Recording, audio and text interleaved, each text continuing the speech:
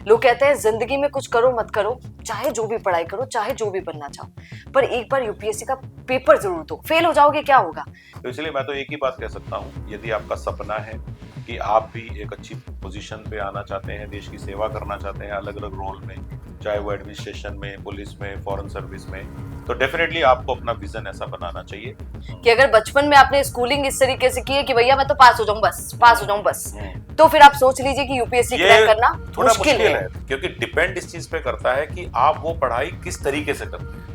अगर आपका मन किसी और चीज में पड़ा हुआ है और आप किताब लेके बैठे हैं, तो मुझे लगता है कि अगर आपका मन वहां उलझा हुआ है तो आप भले किताब लेके 8 घंटे बैठ जाइए, कोई आउटपुट नहीं आएगा। मेरे को तो यूपीएससी क्रैक करनी है भैया, तो एक बिगर क्वालिटी, सबसे बड़ी क्वालिटी उसके अंदर क्या होनी चाहिए? एक क्वालिटी बताइए। लेकिन अगर आप इसी चीज को क्यूरियोसिटी की बजाय एक चैप्टर के रूप में पढ़ेंगे, मजबूरी के रूप में पढ़ेंगे, तो आपका दिमाग उस तरीके से काम नहीं करेंगे। उत्सुकता क्या मदद करती है? उत्सुक व्यक्ति को चीजों को ग्रहण करने के लिए उसको कहानी के रूप में याद करने की आदत होगी। तो याद रखिए, चाहे वो आरपीएससी हो, चाहे वो यूपीएससी हो, दोनों में याद रखिए, कभी भी अकेले इंटरव्यू के बेस पर रिजल्ट नहीं निकलता। अगर आपका मेंस में स्कोर बहुत अच्छा है और इंटरव्यू में भी आपको अच्छा नंबर मिले, तो आप आरएएस बनेंगे अगर आरपीएससी है, और आईएएस बनेंगे अगर यूपीएससी है। आपको सुनने में अजीब भी लगेगा, और नॉर्मली लोग कहते हैं ऐसे क्वेश्चन थोड़ी पूछते होंगे, लेकिन ऐसे क्वेश्चन पूछे गए थे कि आज के हिंदुस्तान टाइम्स में एक शेर की फोटो छपी है, वो कौन से जू की है। वेरी गुड सर, पर मूवीज में देखा नहीं, आप दिखाते हैं कि नहीं पैसा वैसा। मूवीज में और स्टोरीज में और फिक्शंस में कुछ भी दिखाया जा सकता है, लेकिन फैक्चुअली आप उठा के देखिए, बताइए कभी यूपीएससी का पेपर लीक हुआ है? मुझे तो समझ में नहीं आता कि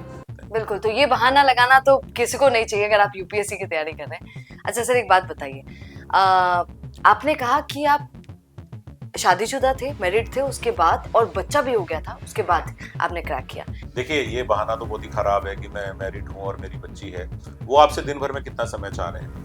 और एक बात और है, मुझे लगता है कि आप इसी चीज को मोटिवेशन के तौर पे इस्तेमाल करिए। आप देखिए ना, आजकल इंसान सरकारी नौकरी के पीछे इस कदर भागता है कि अगर नहीं होता है तो सर सुसाइड भी अटेम्प्ट कर लेते हैं। ऐसे कई लोग हैं, साल दर साल निकलते हैं ऐसे लोग। उनको ये सजेशन देते हैं कि बेटा आप ऐसा करो, सिविल सर्विस सेंटर की बजाय आप स्टेट की तैयारी कर लो। नहीं, हम स्टेट की तो नहीं करेंगे। अगर हम अपने बच्चों को कुछ टिप्स देना शुरू कर दें कि अगर कोई तुम्हें इस तरह से टच कर रहा है, इन अंगों पे टच कर रहा है, इस तरीके से अप्रोच कर रहा है, मैं दावा करता हूं कि अगर परिवारों में इस प्रकार की नॉलेज को तरीके से, मतलब भद्दे तरीके से नहीं, तरीके से अगर हम देना शुरू कर दें, हम बहुत सारे बच्चों को बचा सकते हैं। नमस्कार, मैं हूं सोनिया शर्मा और आप देख रहे हैं द फैक्ट इंडिया। अब हमेशा कहते रहते हैं मैडम जी, आप हमेशा ये नेता लोगों को हमारे बगल में, मतलब आप बगल में नेता लोगों को बिठाकर और उनसे पूछती रहती है, उनका बताती रहती हैं। कभी किसी और को भी लाइए, कभी ऐसी छवि भी दिखाइए जिससे कुछ सीखने को मिले। हमारे व्यूवर्स, जो हमारे दर्शक हैं, मैं उनको दिल से धन्यवाद दूंगी कि यूपीएससी की तैयारी करने वाले बहुत सारे एस्पिरेंट, वो भी हमारे व्यूवर हैं। उनके लिए आज ये सबसे बड़ा शो है यूपीएससी। भैया नाम सुन के ही आदमी कांप जाता है। जब शादी ब्याहों में जाते हैं, किसी को पूछता है बच्चे क्या कर रहे हो, तो बच्चा बोलता है कि सर जी यूपीएससी की तैयारी कर रहे हो। ओहो गजब, यूपीएससी की तैयारी कर रहे हो। फिर तो बेटा मतलब आदमी ऐसा चौंक जाता है। पिता भी गर्व से बोलता है मेहमानों को और रिश्तेदारों को कि बेटा अपना यूपीएससी कर रहा है, बेटी अपनी यूपीएससी कर रही है। रुकिए और जरा ध्यान से सुनिए। क्या आप हमारी इन खबरों से अपने व्यापार को भी बढ़ाना चाहते हैं? तो आप भी खबरों के दौरान इस तरह के एलिमेंट्स पर अपना विज्ञापन दे सकते हैं, या फिर ऐसे खबर के 1 मिनट बाद अपना पूरा विज्ञापन डलवाएं, जो कि 8 लाख से ज्यादा सब्सक्राइबर्स और फॉलोअर्स वाले द फैक्ट इंडिया चैनल्स और पेजेस से राजस्थान के कोने कोने में पहुंचेगा, और इससे आपका व्यापार, ब्रांड, सब कुछ बढ़ेगा। और क्रैक कितना कर पाते हैं ये बात आप जानते हैं। आज इसी पर थोड़ी चर्चा करेंगे। और सुनिए, ये इंटरव्यू जब आप देखेंगे तो आप समझ पाएंगे कि यूपीएससी किस तरीके से क्रैक की जा सकती है इजीली। जो ये हम चीजों को बोल देते हैं ना कि यार फलाना हो गया था इसलिए नहीं क्रैक कर पाया, ये हो गया था इसलिए नहीं कर पाया, बहुत सारे हम चीजें बोल देते हैं। पर आज सर को इसीलिए बुलाया है। कौन है? आईएएस नवीन जैन। आज यही आपको बताएंगे, क्योंकि इनकी सिचुएशन अगर आप सुनेंगे तो चौंक जाएंगे, रोंगटे खड़े हो जाएंगे। क्यों रोंगटे खड़े हो जाएंगे? यूपीएससी में बहानेबाजी लोग बहुत लगा लेते हैं कि ये हुआ था नहीं कर पाए, ये हुआ था नहीं कर पाए। सर जी जो हैं, सर जी मैरिड थे। आप सोचिए 22 साल की उम्र, सर आप बता रहे थे कैमरे के पीछे, सर अभी शेयर कर रहे थे, 22 साल की उम्र में सर की शादी हुई, 23 साल की उम्र में एक बेटी हुई। उसके बावजूद फिर जाके इनको लगा कि अरे भैया अपन तो यूपीएससी करेंगे, हमको तो यही बनना है अफसर। तो सिविल सर्विसमैन बनना कितनी बड़ी बात है आप जानते हैं। और शादी के बाद कोई सोच ले, ये तो बहुत ज्यादा बड़ी बात है। उसके बाद सर ने क्रैक किया, मैं सर से बात कर रही थी, फर्स्ट फर्स्ट टाइम में ही वो इंटरव्यू तक चले गए थे। इसीलिए आज आप इनसे सीखेंगे कि कैसे यूपीएससी आप क्रैक कर सकते हैं। सर एक पहला सवाल ही आपसे एक चीज करूंगी मैं। लोग कहते हैं जिंदगी में कुछ करो मत करो, चाहे जो भी पढ़ाई करो, चाहे जो भी बनना चाहो, पर एक बार यूपीएससी का पेपर जरूर दो। फेल हो जाओगे क्या होगा, पर तैयारी के साथ एक बार पेपर जरूर देकर देखो। क्या ये बात सच है? क्या ऐसा करना चाहिए सबको, भारत के हर एक व्यक्ति मुझे को? लगता है कि नहीं नहीं, मैं ये तो नहीं कहूंगा कि हर किसी को यूपीएससी देना चाहिए, मतलब, हम्म, लेकिन भारत में हर युवा का सपना होता है कि वो चाहता है कि वो जब आईएएस आईपीएस आईएफएस और बहुत सारी सर्विस के लोगों को देखता है तो उसके मन में एक नेचुरल आता है कि मैं भी क्या इस पावर और पोजीशन पे जा सकता हूँ। हम्म, और ये आज से नहीं है, 1947 से ही है हमारे देश में। हम्म, और मैं कहूंगा कि अगर आप अच्छी तैयारी कर रहे हैं या आपके दिमाग में है, या जो पढ़ाई में अच्छे बच्चे निकलते हैं उनको बचपन से ये कह दिया जाता है अरे यार आप तो जरूर देना, लेकिन ऐसा जरूरी नहीं है कि पढ़ाई में जो बहुत अच्छे स्कूल कॉलेज में बच्चे हैं वही आईएएस में निकलते हैं, वही यूपीएससी निकालते हैं। आप अगर बहुत सारे सालों का रिजल्ट देखेंगे तो बहुत सारे जो मीडियोकर स्टूडेंट कहलाते थे स्कूल में कॉलेज में, उन्होंने बहुत अच्छी तैयारी करके यूपीएससी को निकाला है। तो इसलिए मैं तो एक ही बात कह सकता हूँ, यदि आपका सपना है कि आप भी एक अच्छी पोजीशन पे आना चाहते हैं, देश की सेवा करना चाहते हैं अलग अलग रोल में, चाहे वो हम्म, एडमिनिस्ट्रेशन में, पुलिस में, फॉरेन सर्विस में, तो डेफिनेटली आपको अपना विजन ऐसा बनाना चाहिए। और जो बच्चे, आप तो एस्पायरेंट की बात कर रहे हैं जो 25 साल के हो गए, हम्म, मैं तो कह रहा हूँ कि जो बच्चा अभी स्कूल में है, जो बच्चा अभी कॉलेज में है, मैं तो वहां से शुरुआत करता हूँ। क्योंकि मैं एक बात बताऊंगा जिसको सुन के कुछ लोगों को लगेगा कि अरे यार मेरी बस तो मिस हो गई, लेकिन ये कहना बहुत जरूरी है कि अगर आपकी स्कूलिंग बहुत अच्छी होती है, यदि आप कॉलेज में बहुत ईमानदारी से पढ़ते थे, तो आपकी बहुत सारी तैयारी ऑलरेडी हो चुकी है। अनफॉर्चुनेटली आजकल होता क्या है हम्म, कि जो ये पासबुक या शॉर्टकट आ गए हैं ना, कि कम पढ़ के एग्जाम में नंबर लेके मैं मेरी पढ़ाई को जैसे तैसे पूरा कर लेता हूँ, हम्म, इस तरह की मेंटेलिटी वाले लोगों को कम्पिटिटिव एग्जाम में मुश्किल आती है। यदि आपने बिना ये देखे कि क्या इंपॉर्टेंट है और क्या इंपॉर्टेंट नहीं है, अपनी सारी टेक्स्ट बुक को ईमानदारी से पढ़ा, अपनी एनसीईआरटी जो स्कूल वाले बार बार कहते थे पढ़ लो उसको पढ़ा, तो कोई दिक्कत नहीं है। लेकिन हमारे यहाँ क्या होता है, लोग अपनी स्कूलिंग को इजी बनाने के लिए शॉर्टकट अपना लेते हैं। कॉलेजों में लोग 1 वीक सीरीज, 1 डे सीरीज पढ़ना शुरू कर देते हैं। तो आप मुझे एक बात बताइए, जो चीज आपको पूरी मन लगा के पढ़नी चाहिए थी, अगर आपने उनमें शॉर्टकट निकाल लिए, आपने उसमें केवल ये देख लिया कि मेरे 70% आ जाएं या मेरे तो 40% आ जाएं तो अगली क्लास में चला जाऊं, और आप बाद में सोचें कि आप एक बहुत बड़ी पावर पोजीशन पे जाएंगे, तो ये हम्म। तो सोचना भी बेईमानी सर है। एक बार इंटरप्ट करूंगी। हाँ। तो इसका मतलब एक बात तो क्लियर है जो हम्म। आप लोगों को बोल रहे हैं, हम्म। कि अगर बचपन में आपने स्कूलिंग इस तरीके से की है कि भैया मैं तो पास हो जाऊं, बस पास हो हम्म। जाऊं बस, हम्म। तो फिर आप सोच लीजिए कि यूपीएससी क्रैक ये करना थोड़ा मुश्किल मुश्किल है। है, थोड़ा मुश्किल है। हम्म, अगर आपने अच्छी ईमानदारी वाली स्कूलिंग करी है, ये बिना ये सोचे, अच्छा एक बात बताइए, आपने स्कूलिंग में तो ये सोच लिया कि ये इंपॉर्टेंट है, ये इंपॉर्टेंट नहीं है, मैं ये कर लेता हूँ, ये नहीं करता हूँ, लेकिन कम्पिटिटिव एग्जाम ऐसे थोड़ी पूछे जाते हैं। बताइए कौन सा कंपटीशन एग्जाम पासबुक से बनता है कि हम्म, भैया ये वाला चैप्टर नहीं पूछ लेते हैं, चलो ये वाला पूछ लेते हैं। अब बिहार के किसी बच्चे को कहा गया कि ये चैप्टर इंपॉर्टेंट है बिहार बोर्ड के हिसाब से, और हरियाणा बोर्ड में कहा गया कि ये चैप्टर इंपॉर्टेंट नहीं है, और राजस्थान बोर्ड में कहा गया ये चैप्टर इंपॉर्टेंट नहीं है, तो यूपीएससी क्या इस चीज का हिसाब किताब रख रहा है कि कौन से स्कूल या कॉलेज के कौन से यूनिवर्सिटी बोर्ड में कौन से चैप्टर इंपॉर्टेंट नहीं है? तो हम्म, सोचने की बात यह है कि जब आप इस तरह की जबरदस्ती वाली सेलेक्टिव पढ़ाई करके अपनी मेहनत को कम करने की कोशिश करते हैं, अब मेहनत ज्यादा करनी पड़ेगी, क्योंकि वो सारे चैप्टर जो तो आपने इंपॉर्टेंट नहीं होने के कारण नहीं पढ़े थे, आज आपको वो सारे वापस पढ़ने हैं। और जो बच्चा स्कूल कॉलेज में ईमानदारी से उन सबको पढ़ रहा था, तो वो तो आपसे ऊपर हो गया ना थोड़ा सा। तो मैं हम्म, ये याद दिलाना चाह रहा हूँ।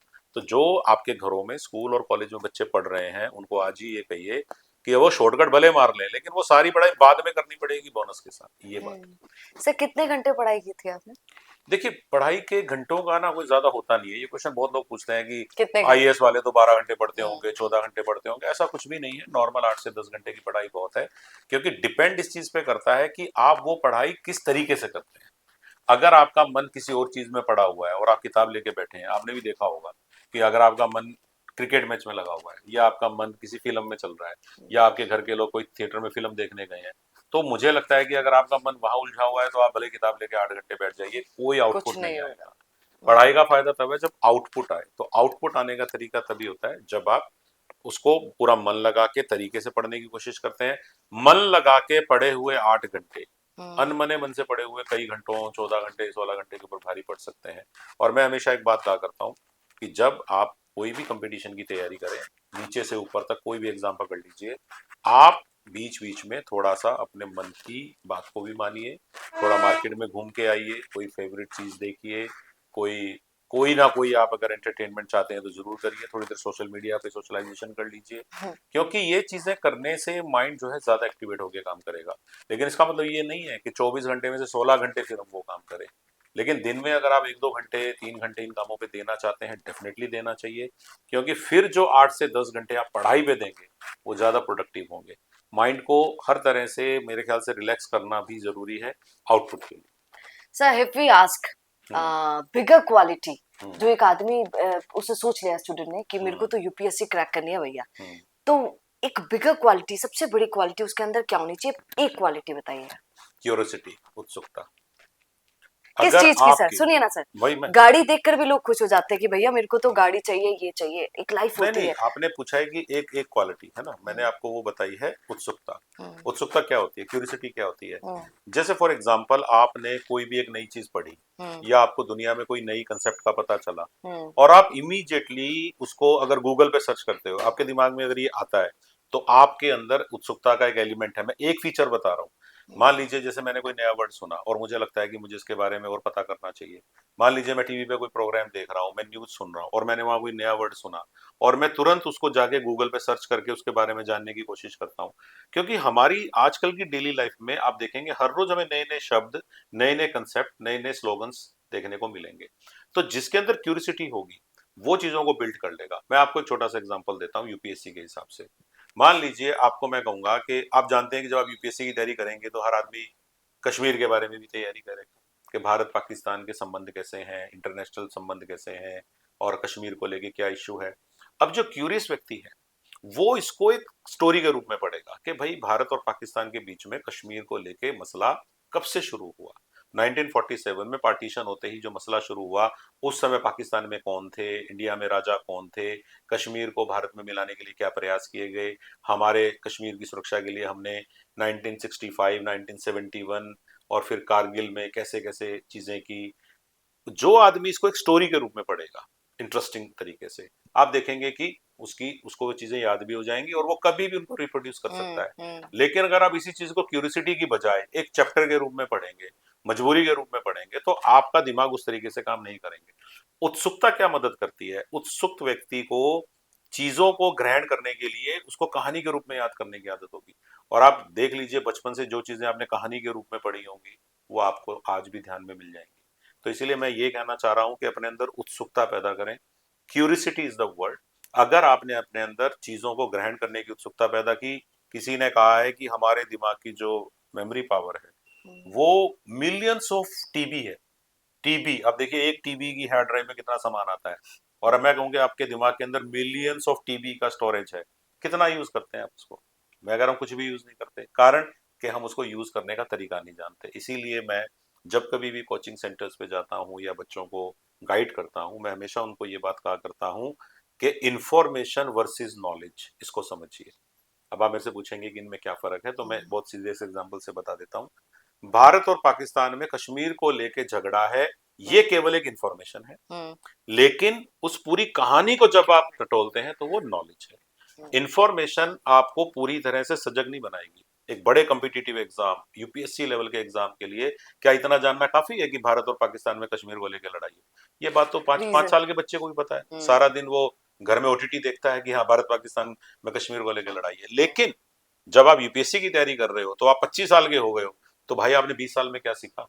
वो तो 5 साल में ही पता था कि कश्मीर को लेकर लड़ाई है। तो ये जो डिफरेंस इंफॉर्मेशन और नॉलेज का है, ये जिस दिन यूपीएससी तैयारी करने वाला समझ गया वो समझ जाएगा। तो उत्सुकता, उत्सुकता से कहानी, और कहानी से इंफॉर्मेशन और नॉलेज का डिफरेंस, और इंफॉर्मेशन के छोटे छोटे बिंदुओं को मिला के नॉलेज का नेटवर्क तैयार अगर कर लिया आपने, कोई आपको हरा नहीं सकता। क्या गजब बात बोली। अच्छा सर एक सवाल पूछ लूं आपसे, अगर आप बताना जी चाहें। बताएं। आपका इंटरव्यू हुआ था उस वक्त, दोनों बार होती है है ना? इंटरव्यू, हाँ हाँ दोनों हुआ बार ही था, दिया मैंने, हाँ जिस हुआ साल ही था। हुआ उस साल भी, और हाँ जिस साल नहीं हुआ उस उस साल साल भी। भी। हाँ। सर ये बताइए ना, आपसे क्या सवाल अगर मैं पूछना चाहूँ कि क्या सवाल किए गए थे, तो बहुत सारे सवाल किए गए थे। मतलब देखिए आप जो आज भी जहन में है। आप अपना यूपीएससी का इंटरव्यू कभी भी नहीं भूलेंगे। अरे वाह। आप अपनी यूपीएससी का इंटरव्यू कभी नहीं भूलते, जबकि ये बात आज से मैंने एक इंटरव्यू मैंने 2000 में दिया और एक मैंने 2001 में दिया, यानी 25 और 24 साल पहले मैंने इंटरव्यू दी। और पहला इंटरव्यू मैंने 2000 में जो दिया, 1999 के एग्जाम के बेस पे 2000 में जो दिया, हम्म। उसमें मेरे नंबर ज्यादा थे, उसमें मेरे नंबर 180 थे। हम्म। और जिस साल मेरा सिलेक्शन हुआ उस बार मेरे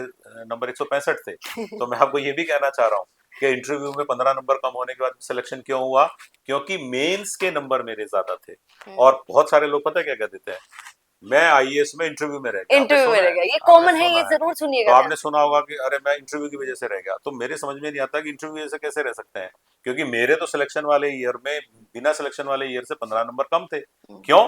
क्योंकि मेंस के सब्जेक्ट्स में मैंने अपने नंबर बढ़ाए। तो याद रखिए, चाहे वो आरपीएससी हो चाहे वो यूपीएससी हो, दोनों में याद रखिए, कभी भी अकेले इंटरव्यू के बेस पर रिजल्ट नहीं निकलता। अगर आपका मेंस में स्कोर बहुत अच्छा है और इंटरव्यू में भी आपको अच्छे नंबर मिले, तो आप आरएएस बनेंगे अगर आरपीएससी है, और आईएएस बनेंगे अगर यूपीएससी है। लेकिन अगर एक जगह नंबर आपके कम पड़ जाते हैं, तो फिर आप या तो रह जा सकते हैं, या फिर आपको नीचे की पोजीशन मिल सकती है। या मतलब आप ये कहना चाहते हैं क्लियर कि इंटरव्यू में कोई नहीं रहता है, ऐसा? इंटरव्यू में कोई नहीं रहता है। अगर इंटरव्यू में आपके बहुत कम नंबर आ जाए, मतलब तो जो फिर एक कि अलग बड़ा बात। रेयर है, कि अगर आपके मान लीजिए 250 के इंटरव्यू में अगर आपके केवल 50 नंबर आए हैं, तो फिर चांस है कि मेंस में बहुत अच्छे नंबर लेके भी आप रह जाएं। वो तो हो सकता है। लेकिन कोई ये कह दे कि मैं इंटरव्यू की वजह से ही रह गया हूँ, ये रीजन नहीं हो सकता, क्योंकि मेंस के स्कोर की बहुत बड़ी इंपॉर्टेंस टोटल सिलेक्शन में होती है। सर पर आपने बताया नहीं, वो क्वेश्चन एक बार क्वेश्चंस बताइए। में अभी आपको बता देता हूँ। क्वेश्चन जैसे फॉर एग्जांपल, उन दिनों में लिट्टे एक संस्था थी जो टेररिस्ट ऑर्गेनाइजेशन था श्रीलंका का, तो उसके बारे में मेरे से सवाल पूछा गया था। अब तो वो संस्था नहीं रही, 25 साल में बहुत वो पुराना। जा चुकी है, क्योंकि श्रीलंकन आर्मी ने उसको खत्म कर दिया। लेकिन लिट्टे के बारे में मुझसे क्वेश्चन पूछा गया था।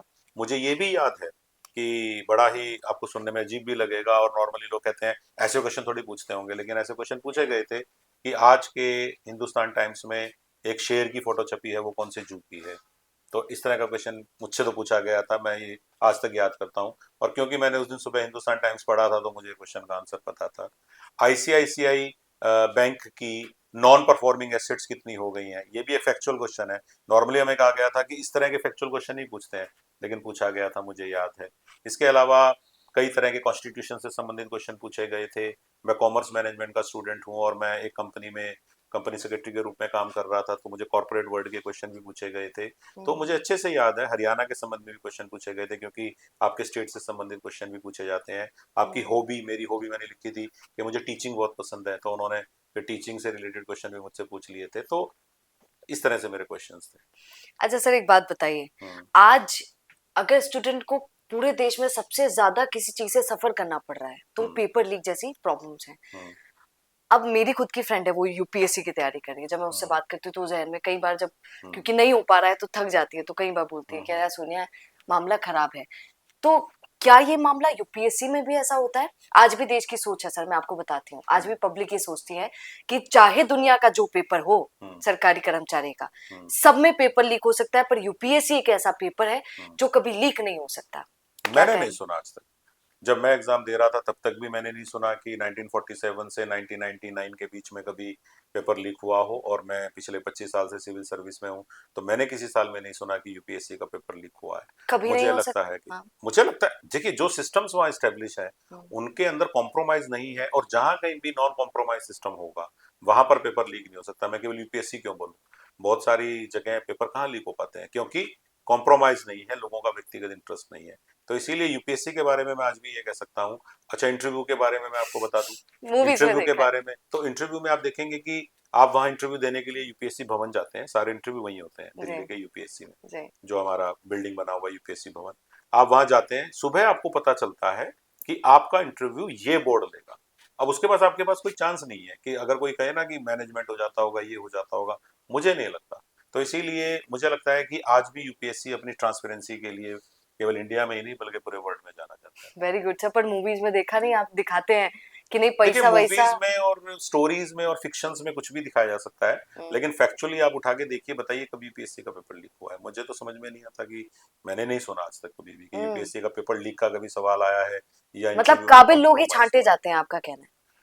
मैं कहूंगा काबिल के साथ साथ, देखिए, जो पूरा पेपर मैनेजमेंट है उसमें तो हर तबके का आदमी इन्वॉल्व है। एक एलडीसी भी इन्वॉल्व है, एक सेक्शन ऑफिसर भी इन्वॉल्व है। उन सारे लोगों की एक तो जो इंटीग्रिटी है बहुत मजबूत होती होगी, उनकी ईमानदारी बहुत अच्छी रहती होगी। दूसरा, उनको ये ध्यान रहता होगा कि वो किस किस किस्म की चीजें कर रहे हैं।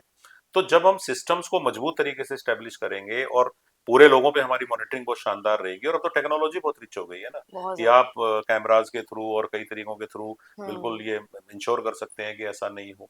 तो ऐसा कभी नहीं होता कि उसकी जगह इसने पेपर दिया हो, ऐसा भी कभी सुनने में नहीं आया यूपीएससी में। तो मुझे लगता है कि वहाँ के सिस्टम से रियली सीखना चाहिए, और हम्म। उसको सीख के हम लोग सिस्टम मजबूत कर सकते हैं। बिल्कुल, तो ये बहाना लगाना तो किसी को नहीं चाहिए अगर आप यूपीएससी की तैयारी कर रहे हैं।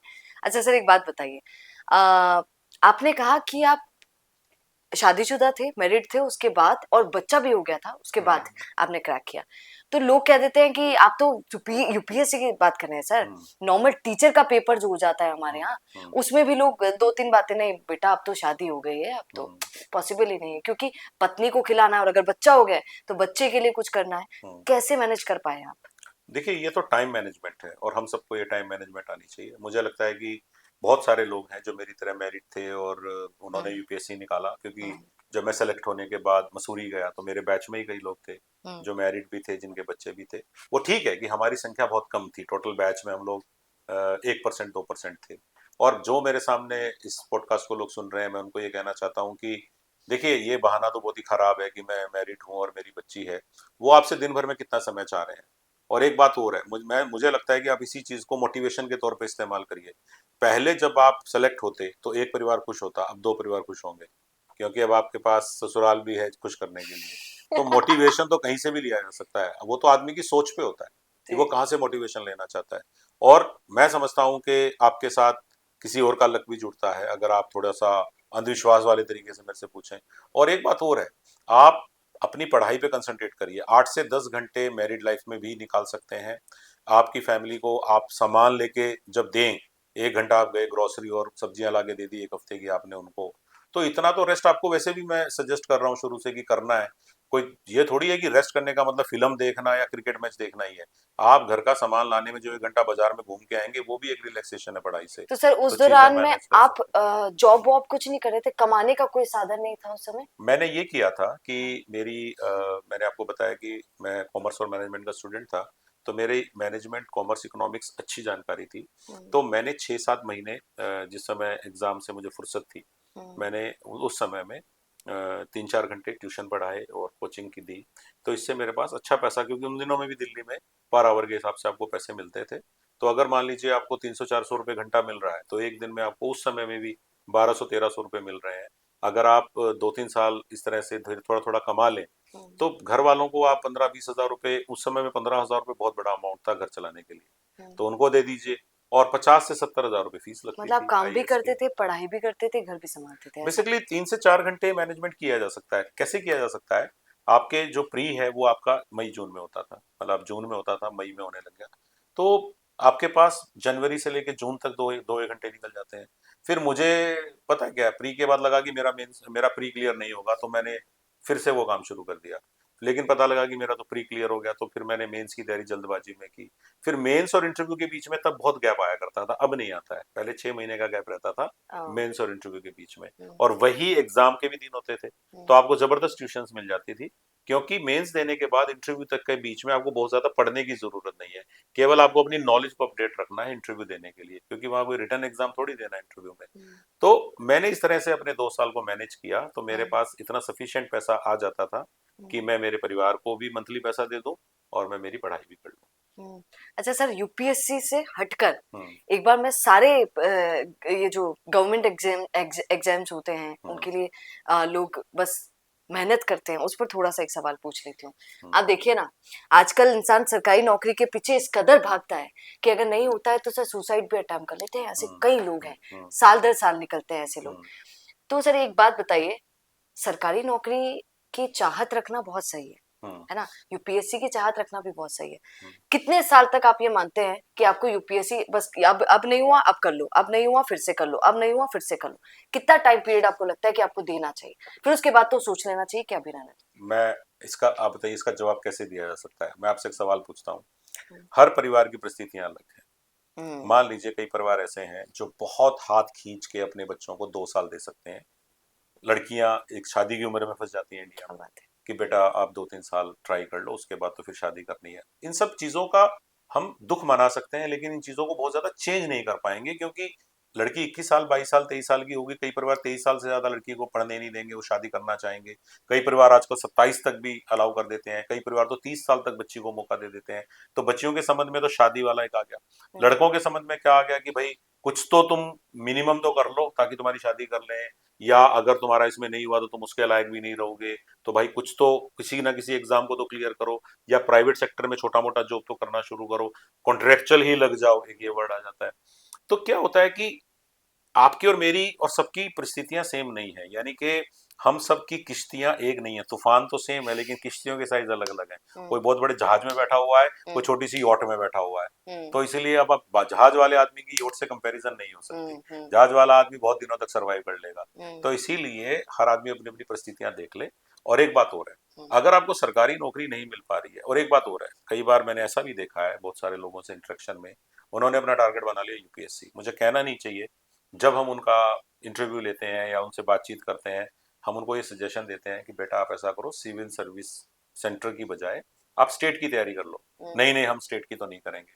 तो हम उनको ये नहीं कह पाते हैं कि जरूरी नहीं है कि आपका जो कैलिबर है वो यूपीएससी के लायक हो, लेकिन स्टेट सर्विस में भी फाइनली प्रमोशन तो आईएएस में ही होना है। हम्म, अगर आप सही नौकरी करेंगे एग्जैक्टली, तो आप एचसीएस और आरएएस से और बीपीएससी डायरेक्ट से हम्म, आईएएस बनेंगे, अपने स्टेट में ही बनेंगे। हम्म, वो वाला आईएएस तो आप नागालैंड और मणिपुर में भी बन सकते हैं, तो हम्म, सेफ हो आप तो ये सारी चीजें मन आदमी को समझानी पड़ती हैं। कई लोग ऐसे होते हैं, वो कहते हैं हम ग्रेड 3 टीचर की तैयारी कर रहे हैं। हम उन्हें कहते हैं क्यों भाई, आपके अंदर तो अच्छा कैलिबर नजर आ रहा है। नहीं नहीं सर, मेरे गांव से कभी कोई फर्स्ट ग्रेड टीचर नहीं बना। तो कई लोग अपने सपनों का साइज काट के छोटा कर लेते हैं, हम्म, और कई लोग जबरदस्ती अपने सपनों को ज्यादा बड़ा बना लेते हैं। हम्म, दोनों स्थितियां खराब होती हैं।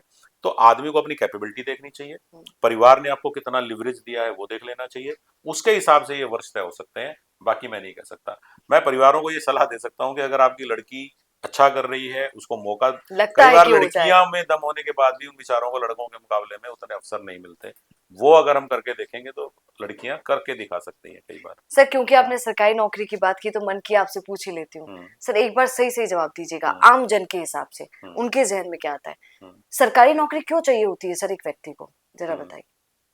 तो हर एक आदमी पहली का अपना प्रायोरिटी। अपना अपना अपना हो सकता है। अब जैसे मैं तो प्राइवेट सेक्टर में था, तो मैं तो जिस तनख्वाह पे किसी भी समय में होता, प्राइवेट सेक्टर में मुझे उससे ज्यादा ही मिल रही होती। तो मेरे लिए तो यही था कि मैं अगर प्राइवेट सेक्टर में होता तो मैं एक बोर्ड ऑफ डायरेक्टर को रिपोर्ट कर रहा होता, मैक्सिमम मैं कंपनी के अंदर काम कर रहा होता, मैं इतने ही लोगों को इन्फ्लुएंस कर रहा होता। जब मैं सिविल सर्विस में आता हूँ तो मेरे डिसीजन लाखों लोगों को, करोड़ों लोगों को इन्फ्लुएंस करते हैं। तो कई लोग तो इस तरीके से देखते हैं कि मेरी पर्सनैलिटी क्या इतने ही लोगों के लिए बनी है, मैं तो ज्यादा लोगों को इन्फ्लुएंस करने की ताकत रखता हूँ। कुछ लोगों का मकसद ज्यादा तनख्वाह या सेफ तनख्वाह, पेंशन, ये भी हो सकता है। ये मेरा कुछ आंसर। लोगों का ये भी हो सकता है कि मेरा रुतबा बढ़ेगा, क्योंकि सरकारी नौकरी में स्टेटस तो 1947 से आज तक है ही है कि स्टेटस होता है। आप देखेंगे कि बहुत सारे लोग बहुत क्रिएटिव होते हैं, हम्म, और आप उनको देखिए, कोई फैशन फैशन कोरियोग्राफर है, कुछ कोई सिंगर, व्यक्ति सिंगर है, कोई व्यक्ति बहुत अच्छा डांसर कुछ है। और है। लेकिन आप देखेंगे वो एक छोटी सरकारी नौकरी कर रहा है, 10-12 हजार 15 हजार से शुरू करते हुए, और 40 हजार 60 हजार 1 लाख तक चला गया। आप उनसे कहते हैं कि भाई ये पैसे तो आप अपने प्रोफेशन में भी कमा सकते थे और उससे ज्यादा भी कमा सकते थे। वो आपको पता है क्या बोलेगा, सर ये काम तो मैं कर लेता हूँ, लेकिन घर वाले कहते हैं नौकरी क्या है।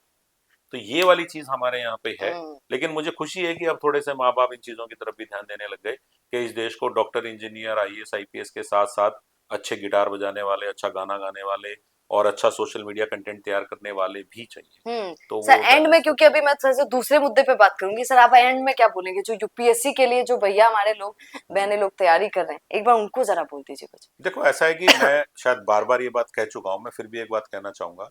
एक तो कई नावों में सवार सवार होने वाले लोगों से मुझे थोड़ी दिक्कत है। सर लेकिन लोग तो कहते हैं कि नहीं यार, सेकंड चीज तो रखनी चाहिए साइड नहीं, में। मैं आपको फिर एक बात कह रहा हूँ, मैंने ये नहीं कहा, मैंने कहा कई नावें, 2 नाव रख लीजिए, ज्यादा जोड़ लगा के 3 रख लीजिए, लेकिन हर नाव पे चढ़ने की तैयारी आप करेंगे गलत तो है। फिर आप किसी भी किनारे पे नहीं पहुंचेंगे। हम्म, तो एक तो मेरा ये कहना है कि अपने कैलिबर को टेस्ट करके कर लें। आप कहेंगे कि कई लोग ऐसे होते हैं, अनलक्की हो जाते हैं बेचारे, कि बहुत कैपेबल होते हैं। मैं खुद एक व्यक्ति को जानता हूँ जिसने 3 या 4 बार यूपीएससी का इंटरव्यू दिया, और उसके बाद उसने राजस्थान का आरएएस दिया, वहां भी सिलेक्शन नहीं हुआ उसका। और उसके बाद उसने राजस्थान में ही एक दूसरे एग्जाम को देके वहां पे वो सेलेक्ट हुआ। तो जब मैं उससे मिला, तो मैंने उसको मिलते ही पूछा, यार आपने यूपीएससी क्यों नहीं दिया? और उसका जवाब ये था, सर 4 बार दिया, 4 बार इंटरव्यू में भी गया। तो ऐसे बच्चों को जब देखता हूं तो लगता है कि हाँ यार, नाव तो कहीं लेनी ही पड़ती है, क्योंकि कई बार आपका लक नहीं होता। यूपीएससी के बारे में एक बात याद रखिए, आप बहुत अच्छे हैं, आपने बहुत अच्छी तैयारी की है, सारी किताबें पढ़ डाली, बहुत अच्छी नॉलेज है, लेकिन यूपीएससी इस चीज का एग्जाम नहीं है कि आप कितने अच्छे हैं, इसका ये इस चीज का भी एग्जाम है कि जिस साल आप एग्जाम में बैठे आपसे कितने ज्यादा अच्छे निकल गए। ये रिलेटिविटी का एग्जाम है। इसमें ऐसा नहीं है कि आपने एक लेवल क्रॉस कर दिया तो आपका सिलेक्शन होगा ही होगा। नहीं, अगर आपके 80% है तो पता लगा उस साल सबके 81 थे, आपने 85 लिए तो पता चला उस साल सबके 86 थे। तो ये डिपेंड करता है कि उस साल आप कैसे लोगों के साथ कंपटीशन कर रहे हैं। तो किसी साल ऐसा हो सकता है कि आप बहुत अच्छी तैयारी कर रहे हैं, लेकिन आपके साथ बैठने वाले कलकत्ता से, चेन्नई से, जहां जहां से लोग बैठे, वो सारे मजबूत लोग बैठ गए। तो इसीलिए इसमें अपने आप को मजबूत रखना पड़ता है। 3-4 साल का राशन पानी बांध के तैयारी करनी चाहिए। ऐसे ही जल्दबाजी में नहीं करनी चाहिए, बेटा एक बार लेके देख लो, चलो एक बार कर लेते हैं, ऐसे ऐसे नहीं हो सकता। बच्चों को समय दीजिए, परिवार वालों की ड्यूटी बनती है कि बच्चों को संबल दें, प्रेशर नहीं डालें। और एक बात मैं और कहना चाहता हूँ, कई बार लोग प्री पास करने की पार्टी कर लेते हैं, कई लोग मेंस पास करने की पार्टी कर लेते हैं। तो मैं ये सबक सीख चुका हूँ मेरे फर्स्ट अटेम्प्ट में, कि जब मेरा मेंस क्लियर हुआ, मैंने इंटरव्यू दिया तो पार्टी की, बाद में मेरा मेंस में नाम नहीं दिखा मुझे। तो इसीलिए पार्टी हम करेंगे जब हमारा फाइनल सूची में नाम आ जाएगा। और एक बात और है, ये 3-4 साल जो संघर्ष के है ना, इनको अपना सब कुछ दे दीजिए, पूरा डेडिकेशन इनको दे दीजिए। ये 3-4 साल आपको फिर पूरा जीवन दे देंगे 50 साल का। लेकिन लोग उतना सब्र कर नहीं पाते, तो वो वाला सब्र करना बहुत जरूरी है। तो अगर हम अपना पूरा दिमाग, पूरा जिसको कहते हैं ना, पूरी कमिटमेंट के साथ अगर इस काम को करें, तो हम डेफिनेटली इस काम को कर सकते हैं। तो एक बात और है, आप बिल्कुल ये मत देखिए कि आपके सामने वाले के पास कितने ज्यादा पैसे हैं, पिताजी ने कितनी बड़ी बड़ी कोचिंग करवा दी है या कितनी बड़ी बड़ी किताबें दिलवा दी हैं। मैंने देखा है कि इनसे भी कोई फर्क नहीं पड़ता। एक कमरे में 6-6 लोग रहते हुए देखे हैं मैंने, सवेरे शाम चावल खाते हुए देखे हैं मैंने, चावल भात दाल बनाते हुए देखे हैं मैंने, खुद अपने आप खाना बना के सेलेक्ट होते हुए, कलेक्टर बनते हुए और बड़े बड़े पदों पे जाते हुए लोग देखे हैं मैंने। और जिनको पूरा फ्लैट लेके दे दिया, सर्वेंट लेके दे दिया, गाड़ी लेके सारी दे दी, सुविधाएं। सारी सुविधाएं दे दी, फाइनली वो घर चले गए क्योंकि किसी में सिलेक्शन नहीं हुआ। इसीलिए ये कभी मत सोचिएगा कि ज्यादा साधन का मतलब ज्यादा चांस है, ज्यादा चांस तो कैपेबिलिटी का ही है। बिल्कुल, और सुविधाएं तो इंसान को कमजोर भी बनाती हैं, ये आप जानते होंगे। अच्छा, एक बात सुनिए, जब हम सुनते हैं कि कोई बड़ी पोजीशन पर बैठा होता है, जैसे कि सर जी आईएएस है, तो सोचते हैं कि सर जी ने देश के लिए क्या किया, क्या क्या दिया, ये दिमाग में जहन में आती है बात। सर से हम बात कर रहे थे, सर एक मुहिम चलाते हैं, गुड टच बैड टच, आप सब जानते हैं। बच्चों को सिखाया जाता था, एक समय पहले नहीं सिखाया जाता था, पर अब जरूरत ऐसी पड़ी है कि बच्चियों को ये सिखाना ही पड़ता है कि गुड टच क्या होता है, बैड टच क्या होता है। सर ने भी ये मुहिम चलाई हुई है, स्पर्श नाम करके, सर आप मुझे बता रहे देखिए, वो तो बल्कि वो वाली मुहिम चलाने के लिए तो आईएएस होने की भी जरूरत नहीं है, थे। जी, क्योंकि वो तो मैं एक आम आदमी, एक सिटीजन के बनकर भी तौर कर पे चलाता हूँ। जी। लेकिन इसके अलावा मेरी नौकरी ने मुझे बहुत सारे चांस दिए हैं। अगर मेरे से सामने वाले पूछें कि आपको क्या मौके मिलते हैं, तो मैं आपको बताना चाहता हूँ कि आप आरपीएससी सेलेक्ट करें या यूपीएससी सेलेक्ट हो, किसी भी चीज में हो, आपको अपने राज्य के लिए, अपने देश के लिए बहुत कुछ करने का मौका इसमें मिलता है।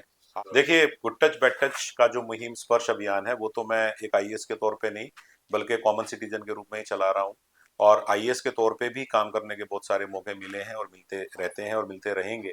और आप भी कोई भी सर्विस में जाइए, चाहे आप आरएएस अधिकारी बने, आरपीएससी में तहसीलदार बने, या मैं कह रहा हूँ कि आप एक टीचर बने, आप टीचर बन के अपने स्कूल के सारे बच्चों को बहुत अच्छे लेवल पे ले जा सकते हैं, अगर हम ईमानदारी से टीचिंग कराएंगे। इसी तरह से सरकार के किसी भी एग्जाम के बाद हम जिस डिपार्टमेंट में काम करें, अगर उस डिपार्टमेंट की वर्किंग को समझ के काम करेंगे तो बहुत अच्छे काम कर सकते हैं, दिक्कत वाली कोई बात नहीं है। और मुझे भी अलग अलग मौके मिले हैं। मैं कॉलेज एजुकेशन में था, मैंने ऑनलाइन एडमिशन शुरू किया, क्योंकि मेरे समय में ऑनलाइन एडमिशन नहीं होने से मुझे पता है कि मुझे एडमिशन के लिए कितने धक्के खाने पड़े थे। तो आप याद रखिए कि कौन से रोल में आपको कब क्या दिक्कत आई, और जब खुद आपको वो मौका मिले तो वो काम करने में रुचि रखिए। ये सारी सरकारी नौकरियां आपको वो सारे जो है चीजें देती हैं। प्राइवेट सेक्टर के मुकाबले में कई बार अपने को लगता है कि तनख्वाह और सुविधाएं शायद थोड़ी सी कम है, कई कई नौकरियों में, कई नौकरियों में तो ज्यादा भी है, लेकिन कईयों में आपको ऐसा लग सकता है। लेकिन आप ये कर सकते हैं। और जहां तक स्पर्श अभियान के बारे में आपने पूछा है, हम लोग लगभग 20 लाख बच्चों को पिछले 6 साल में ट्रेंड कर चुके हैं। हम लड़के लड़कियां दोनों को ट्रेंड करते हैं। कारण है कि इंडिया का डाटा ये कहता है कि लड़के और लड़कियों दोनों के साथ दुर्व्यवहार और दुष्कर्म की घटनाएं बढ़ती जा रही हैं, और 70% ये काम करने वाले लोग घर से संबंधित होते हैं। इसीलिए इससे बचने का बेस्ट तरीका है कि बच्चों को आप पूरी ट्रेनिंग दें, उनको बताएं कि उनको किन किन गलत तरीकों से टच किया जा सकता है। तो हम लोग 1 घंटे का सेशन लेते हैं। हम शनिवार का दिन जो है चुनते हैं, क्योंकि शनिवार हमारी छुट्टी होती है और स्कूल खुले होते हैं। हम शनिवार के दिन स्कूलों में जाते हैं। कई बार स्कूल हमें खुद बुलाते हैं, कई बार हम स्कूलों को खुद कहते हैं कि हम आपके यहाँ आना चाहते हैं। और आप देखिए कि 6,900 से ज्यादा स्कूलों में हम जा चुके हैं। मेरे साथ लगभग 100 लोग जुड़े हुए हैं पूरे राज्य में।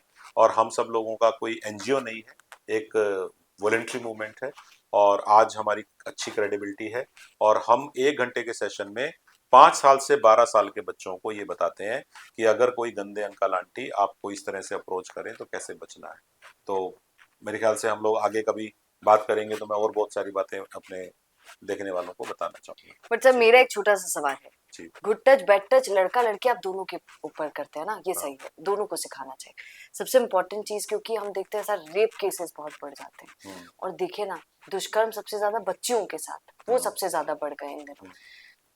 क्या आप ये गुड टच बैड टच हम लोग सिखाते हैं, क्यों जरूरत पड़ी, क्या रीजन है कि इन दिनों हम ये देखते हैं कि बच्चियों के साथ, क्योंकि अब जब हम खुलकर बोल रहे हैं तो मुझे बिल्कुल सही आपसे बात ये है। मैं जानना आपको ये कहना चाह रहा हूँ कि इस बात को समझिए कि जब हम गुड टच बैड टच की बात कर रहे हैं तो यहाँ पे हमारा ऑडियंस है वो बच्चा जो अभी अडल्ट नहीं हुआ है। और बेसिकली आप ये बात तो मानते हैं ना कि 12-13 साल के बाद लगभग बच्चों को कुछ कुछ समझ आनी शुरू हो जाती है, क्योंकि वो समाज में एक्सपोज हो बिल्कुल। जाता है, दोस्त बन जाते हैं, या उसकी क्लास का भी लेवल जो है 8वीं सर प्लस हो आजकल जाता फोन है। भी सबसे बड़ा ठीक है, कारण हो गया लेकिन जो 8 साल 8वीं तक जो बच्चे हैं, जो 10 से 12 साल के हैं, और गांव में तो मैं कहूंगा कि और थोड़ा उम्र जोड़ लीजिए, शहरों में थोड़ी नॉलेज जल्दी आती है बच्चों को। लेकिन जो बच्चे 3-4-5 साल से लेके 10-12 साल तक के हैं उनको बताने वाला कोई नहीं है। और अनफॉर्चुनेटली इंडिया के परिवारों के अंदर भी बच्चों को इस संबंध में जानकारी देने पे स्टिग्मा है, यानी कि टैबू है ये, जो कि होना नहीं चाहिए। आजकल के नए माँ बाप तो अपने बच्चों को, जो मॉडर्न है, वो तो अपने बच्चों को बताने लग गए कि बेटा ऐसे ऐसे। लेकिन हमारे समय में नहीं बताते थे। आज की पीढ़ी में भी बहुत सारे माँ बाप निकलेंगे जो नहीं बताते। अगर हम अपने बच्चों को कुछ टिप्स देना शुरू कर दें कि अगर कोई तुम्हें इस तरह से टच कर रहा है, इन अंगों पे टच कर रहा है, इस तरीके से अप्रोच कर रहा है, मैं दावा करता हूं कि अगर परिवारों में इस प्रकार की नॉलेज को तरीके से, मतलब भद्दे तरीके से नहीं, तरीके से अगर हम देना शुरू कर दें, हम बहुत सारे बच्चों को बचा सकते हैं। नहीं तो क्या होता है, अगर कोई बच्चा जाके आज अपने मम्मी पापा को बोले वो अंकल मुझे ऐसे टच कर रहे थे, तो मुझे लग रहा है कि अंकल का तो बाद में कुछ बिगड़ेगा, पहले बच्चे को चाटा पड़ेगा। तो वो हमारा ये दिखाता है कि हम इन चीजों को हैंडल करने के लिए आज तक भी तैयार नहीं हुए हैं। और इस कारण से हमारे लड़के लड़कियां दोनों सफर करते हैं। इंडिया का डेटा पता है क्या कहता है? जितना डर 5 से 12 साल के लड़कियों को है, उतना ही डर 5 से 12 साल के लड़कों को भी है। इसीलिए जब हम स्कूल्स में जाते हैं, हम लड़के और लड़कियों दोनों को बिठाते हैं हमारे सामने और दोनों को ही सेशन देते हैं। हम बहुत अच्छी प्रेजेंटेशन है हमारे पास, जो लगभग 30-40 मिनट हम दिखाते हैं। एक हमारे पास मूवी है 5 मिनट की, हम वो मूवी दिखाते हैं और उसके बाद बच्चों के जो दिमाग में प्रश्न आते हैं उनका जवाब देते हैं। लेकिन 1 घंटे के अंदर मैं दावा करता हूं कि हम बच्चों को बहुत काम की बातें बता देते हैं। और इतना इफेक्टिव है वो प्रोग्राम कि एक स्कूल में प्रोग्राम होने के बाद बहुत सारे स्कूल्स हमें वो स्कूल ही हमारे वॉलंटियर्स को दिलवा देता है।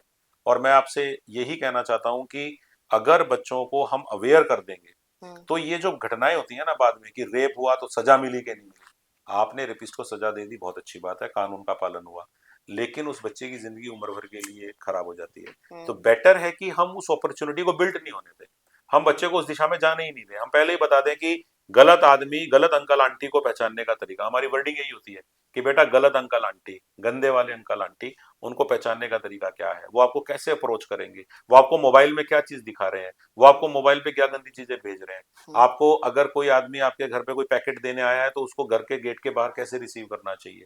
या आप सोशल मीडिया पे जाएं तो किसी सेलिब्रिटी की फेक प्रोफाइल से आपको कोई अप्रोच तो नहीं कर रहा है। ये तमाम बातें हमारे सेशन में रहती हैं और इसीलिए वो बहुत इफेक्टिव है। और ये सब कुछ सुनिए आप, ये सब कुछ सर से आपने सुनकर तो आपको लग गया होगा कि पता नहीं क्या करते होंगे सर, विदाउट फीस ये सब कुछ करते हैं।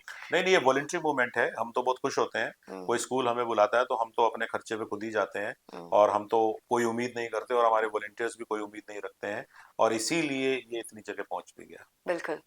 आज आपने सुन लिया है, यूपीएससी क्रैक करने के तरीके भी सर से आपने सुन लिए हैं।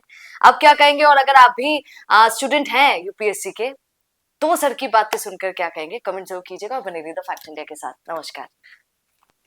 बिजनेस अच्छा हो सकता है, लेकिन अगर नाम नहीं दिखा तो पहचान कैसे बनेगी? अब टेंशन छोड़िए, द फैक्ट इंडिया आपके बिजनेस को देगा वो पहचान जो पूरे राजस्थान में हर किसी तक पहुंचे। न्यूज चैनल पर विज्ञापन, पॉडकास्ट और प्रमोशन के जरिए आप सीधे 5 लाख सब्सक्राइबर और 10 करोड़ से ज्यादा व्यूज तक अपनी पहुंच बना सकते हैं। तो देर किस बात की, आज ही द फैक्ट इंडिया से जुड़िए और अपने बिजनेस को बनाइए हर घर का नाम।